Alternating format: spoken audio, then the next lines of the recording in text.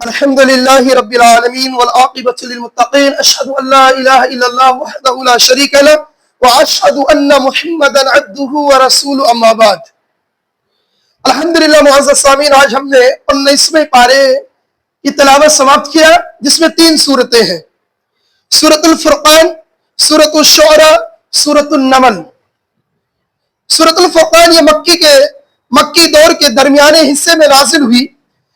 اس میں مشرکین مکہ کی طرف سے قرآن مجید اور رسول اللہ صلی اللہ علیہ وسلم کی ذات اقدس پر جو اعتراضات کیے جا رہے تھے، آفاقی اور عقلی نقلی دلائل کے ساتھ ان کا رد اور ان کے ذہنوں میں پیدا ہونے والے سوالات کے جوابات دیے گئے ہیں۔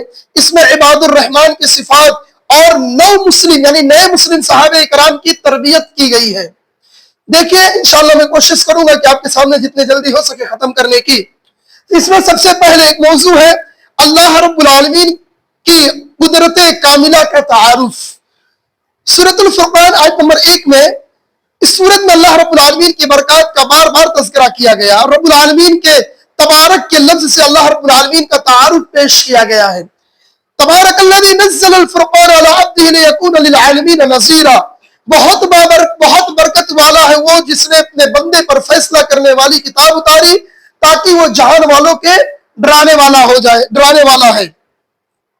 مزید اللہ رب العالمین نے سورۃ الفرقان کی آیت نمبر 10 میں پھر اسی چیز کو دہرایا، تبارک الذی انشاء جعل لک خیرا، ایک لمبی آیت جس میں اللہ تعالیٰ نے کہا بہت بابرکت ہے والا ہے وہ کہ اگر چاہے تو تیرے لیے اس سے بھی بہتر بنا دے ایسے باغات جن کے نیچے نہریں چلتی ہیں اور تیرے لیے کئی محل بنا دے۔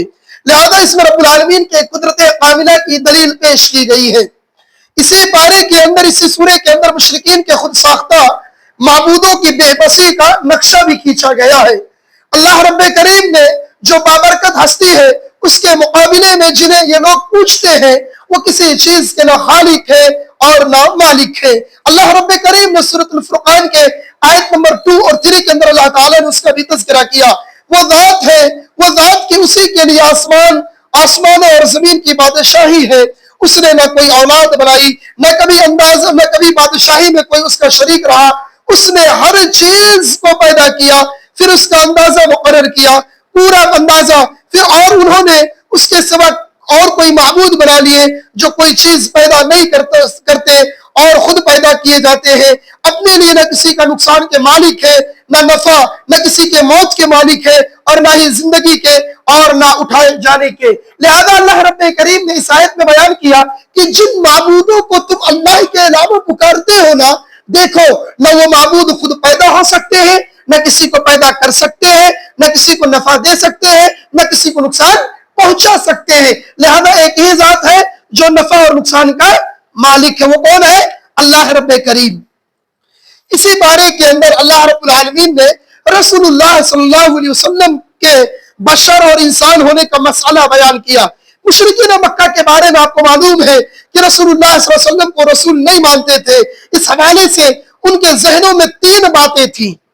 اللہ تعالیٰ نے ان 3 باتوں کا تذکرہ کرنے کے بعد ہر ایک کا جواب دیا۔ لہذا میں ان 3 باتوں کا تذکرہ آپ کے سامنے سورۃ الفرقان آیت نمبر 7 اور 8 کے اندر دیکھیں 3 باتیں کیا تھی، اس کا تذکرہ قرآن کریم میں موجود ہے، آپ اس کو دیکھ لیجئے گا انشاءاللہ۔ پہلا اعتراض جو ان کا تھا وہ یہ تھا، یہ رسول عام انسانوں کی طرح کھاتا پیتا ہے، لہذا ایک عام انسان اللہ کا نمائندہ کیسے ہو سکتا ہے؟ یعنی پہلا اعتراض کیا تھا، یہ رسول کیسے ہو سکتا ہے؟ یہ عام آدمیوں کی طرح کھاتا ہے، پیتا ہے، چلتا ہے، پھرتا ہے، اس طریقے سے ایک عام آدمی رسول کبھی نہیں ہو سکتا۔ دوسرا اعتراض کیا تھا ان کفار مشرکین کا، اس کے ساتھ اللہ کے فرشتے نازل کیوں نہیں ہوتے، جیسا کہ اس سے پہلے میں نے آپ کے سامنے اس کا تذکرہ کیا تھا۔ تیسرا مسئلہ ان کا یہ تھا کہ اگر یہ اللہ کا نمائندہ ہے تو پھر اس کے پاس مال و دولت، دنیاوی عیش و عشرت کا سامان کیوں نہیں ہے، جبکہ یہ تو ہم سے بھی غریب ہے، لہذا یہ رسول نہیں ہو سکتا۔ لہذا ان کا جو ترازو تھا، ناپنے کا ایک پیمانہ تھا، یہ تھا کہ اگر یہ رسول ہے تو اس کے پاس مال و دولت، شہرت، عزت اور گاڑی بنگلے حاصل کیوں نہیں ہے، جبکہ ہمارے پاس اس سے زیادہ ہے، لہذا یہ ہم سے فقیر ہے، محتاج، یہ رسول نہیں ہو سکتا۔ اس کا جواب اللہ رب العالمین نے سورۃ الفرقان کے آیت نمبر 9 سے لے کر 11 اور اسی طریقے سے سورۃ الفرقان کے اندر آیت نمبر 20 کے اندر، اسی طریقے سے سورۃ الفرقان آیت نمبر 21 22 کے اندر اس کا مسلسل اللہ رب العالمین نے اس کا ان تینوں سوالات یا ان تینوں اعتراضات کا اللہ تعالیٰ نے کیا دیا؟ جواب دیا ہے۔ اسی سورے کے اندر اللہ رب العالمین نے قیامت کے روز مشرکین کے معبودوں کو حاضر کیا جائے گا، جو دنیا کے اندر اللہ کے علاوہ کسی اور کو اپنا معبود بناتے ہیں، کل قیامت کے دن اللہ رب العالمین کے پاس حاضر کیا جائے گا۔ سورۃ الفرقان آیت نمبر اللہ رب العالمین نے آیت نمبر 17 اور 19 کے اندر اس کا تذکرہ کیا۔ اللہ رب العالمین نے بیان کیا 17 اور 19 آیت نمبر میں کہ جس دن وہ انہیں اور جن کو اللہ کے سوا پوچھتے تھے اکٹھا کرے گا، پھر کہے گا کیا تم میرے ان بندوں کو گمراہ کیا یا وہ خود راستے سے بھٹک گئے؟